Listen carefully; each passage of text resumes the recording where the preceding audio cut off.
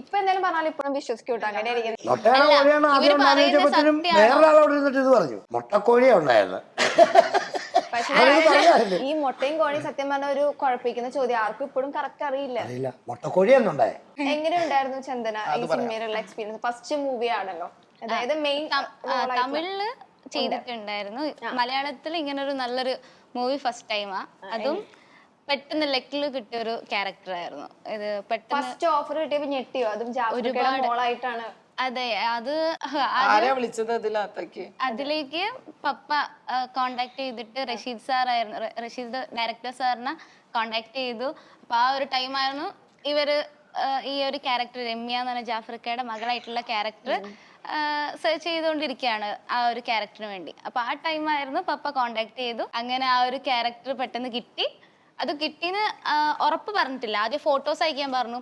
അപ്പൊ പപ്പ എൻ്റെ അടുത്ത് വന്നിട്ട് പറഞ്ഞു, ഞാൻ ഫോട്ടോസ് അയച്ചിട്ടുണ്ട്, ദൈവത്തോട് ഇരുന്ന് പ്രാർത്ഥിച്ചോ, കിട്ടിയാ നീ രക്ഷപ്പെട്ടു, ജാഫ്രിക്കയുടെ മകളാ, അങ്ങനെയൊക്കെ പറഞ്ഞു. അപ്പൊ ഞാൻ ഇങ്ങനെ ഈശ്വരാ കിട്ടിയാ മതിയായിരുന്നു. അത്രയും കാലമായിട്ട് ഈ സിനിമ ഇഷ്ടപ്പെടുന്ന ഒരാളാണല്ലോ. അപ്പം കുട്ടൻ്റെ ശിനിക ആ ടൈമിന് സിനിമയുടെ പേര് റിലീസ് ആയിട്ടില്ല. അപ്പൊ ഇങ്ങനെ ഒരു ജാഫ്രിക്കയുടെ മകളായിട്ടുള്ള ഒരു ക്യാരക്ടർ വേണമെന്ന് കുറെ ആഗ്രഹിച്ചു. അവസാനം അത് കിട്ടി. അങ്ങനെ പൂജയ്ക്ക് ചെന്നപ്പോഴാണ് ഇത്രയും വലിയ ആൾക്കാരൊക്കെ, ഇന്ദ്രൻ സേട്ടനായിക്കോട്ടെ, ജാഫ്രിക്ക ആയിക്കോട്ടെ, പ്രിയങ്ക ചേച്ചി ആയിക്കോട്ടെ, എല്ലാവരെയും, അഖില ചേച്ചി പൂജയ്ക്ക് ഉണ്ടായിരുന്നില്ല. അപ്പൊ ഇവരൊക്കെ കാണുമ്പോൾ ഒരുപാട് സന്തോഷമായി. കാരണം ഞാൻ ആഗ്രഹിച്ച ഒരു കാര്യമാണത്. പ്രൊഡ്യൂസർ സമ്മതിച്ചല്ലോ അല്ലേ നേരത്തെ? പ്രൊഡ്യൂസർ കണ്ടിരുന്നോ?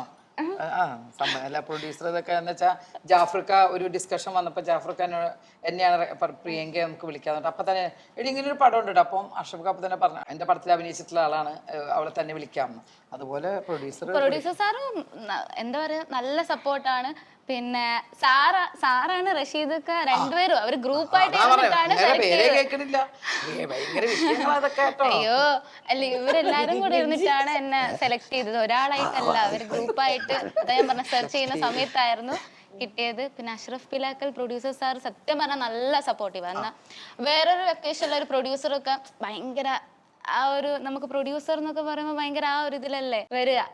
നമ്മുടെ ചില ആൾക്കാർ നമ്മളോട് അങ്ങനെയാണ്. അപ്പൊ സംസാരിക്കാത്ത വേറൊന്നും ഉണ്ടല്ലോ മോളെ, പൈസ കുറഞ്ഞു കഴിയുമ്പോ ടെൻഷൻ കൂടും, അങ്ങനെയാണ് സ്വതവേ. പക്ഷെ ഈ ഒരു ലൊക്കേഷനിൽ ഞാൻ കണ്ടത് എല്ലാരോടും ഒരുപോലെ നല്ല രീതിയിൽ പെരുമാറും. എല്ലാരോടും നല്ലൊരു ക്യാരക്ടറാണ് ആള് അഷ്റഫ് പിലാക്കൽ. അങ്ങനെ പറയൂ, അതായത് എന്റെ മോളായിട്ട് ഞാൻ ആദ്യം അച്ഛാന്ന് വിളിച്ചപ്പോ ഇതേതാ ഞാൻ അറിയാത്തൊരു കുട്ടി അങ്ങനെ പറഞ്ഞിട്ടുണ്ടായിരുന്നു. ഞാന് അച്ഛനാണല്ലോ അവിടെ ലൊക്കേഷനിലെ അച്ഛനാണല്ലോ. അപ്പം റിയൽ അച്ഛനും ഇങ്ങനെ പറഞ്ഞു തന്നിരുന്നു. അതായത് ഓരോ സീനൊക്കെ അഭിനയിക്കുമ്പോൾ ജാഫ്രിക്ക് ഒരുപാട് എക്സ്പീരിയൻസ് ഉള്ള ആളാണ്. അപ്പൊ നമുക്ക് പറഞ്ഞു തന്നിട്ടുണ്ട് ഒരുപാട്. ഞങ്ങൾ ഒരുമിച്ചുള്ള സീൻസിലൊക്കെ, ഞാനും അമ്മ അച്ഛനായിട്ടുള്ള സീൻസിലൊക്കെ ജാഫ്രിക്ക സ്ക്രിപ്റ്റ് വായിച്ചു,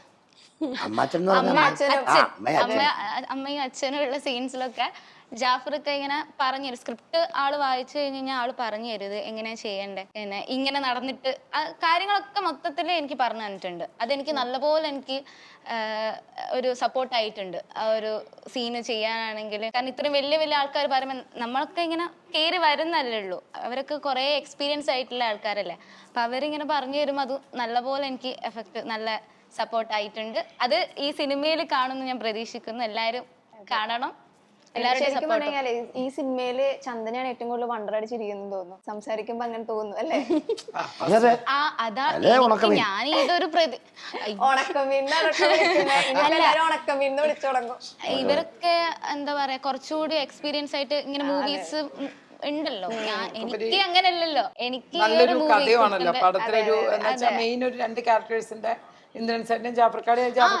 ക്ലൈമാക്സ് പറഞ്ഞിട്ടുണ്ടായിരുന്നില്ല. ഇല്ല, ക്ലൈമാക്സ് ഒന്നും പറഞ്ഞിട്ടുണ്ടായിരുന്നില്ല. ആ സമയത്ത് സ്റ്റോറി പറഞ്ഞു. അപ്പൊ ഞങ്ങൾ ഇങ്ങനെ സംസാരിക്കാൻ, എനിക്ക് മാത്രം ക്ലൈമാക്സ് പറഞ്ഞു തന്നില്ല. അപ്പൊ പറഞ്ഞു നീ ലാസ്റ്റ് മനസ്സിലാക്കിയാൽ മതി എന്ന് പറഞ്ഞു. അപ്പൊ അവസാനം മനസ്സിലായി. അതൊരു സസ്പെൻസ് ആണ്, എല്ലാരും കാണണം.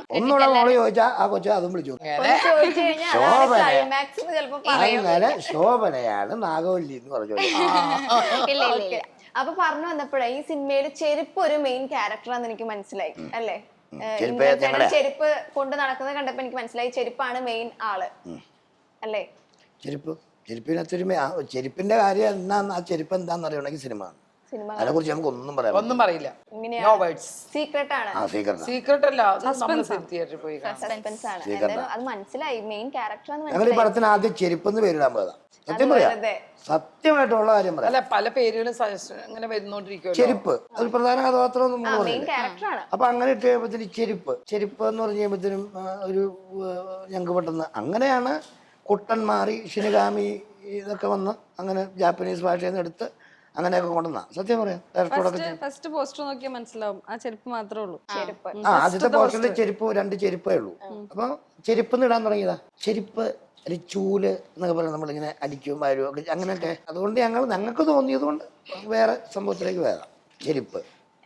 ഓക്കെ, ഇപ്പൊ നമ്മളെ ഈ കാലൻ എന്ന് പറയുന്നതുണ്ടല്ലോ, ശരിക്കും പറഞ്ഞു കഴിഞ്ഞാല് കോലൻ കോലനല്ല, കാലൻ. ഈ പറയുന്നത് കാലൻ എന്ന് പറയുന്നത് ശരിക്കും പറഞ്ഞു കഴിഞ്ഞാൽ ഒരു അന്ധവിശ്വാസം എന്നൊക്കെ പറയാം. അതായത് പണ്ട് അങ്ങനെ ഉണ്ടായിരുന്നു, അല്ലെങ്കിൽ ഒരു മിത്ത് എന്നൊക്കെയാണല്ലോ നമ്മളിപ്പോഴും വിശ്വസിക്കുന്നത്. ഇപ്പൊ നമ്മുടെ കേരളത്തിൽ ഒരുപാട് ആൾക്കാർ ഈ അന്ധവിശ്വാസം ഉള്ള കൂട്ടത്തിലാ. ഇപ്പൊ നമ്മുടെ വീട്ടിലാണെങ്കിലും കുറെ ആൾക്കാരുണ്ടാവുമല്ലോ, ഇപ്പൊ പറയില്ലേ ഒരു നല്ല കാര്യത്തിന് ഇറങ്ങുമ്പോ പൂച്ച കുറുകെ ചാടി കഴിഞ്ഞാല് നല്ലതല്ല, അങ്ങനെയൊക്കെ പറയുമല്ലോ.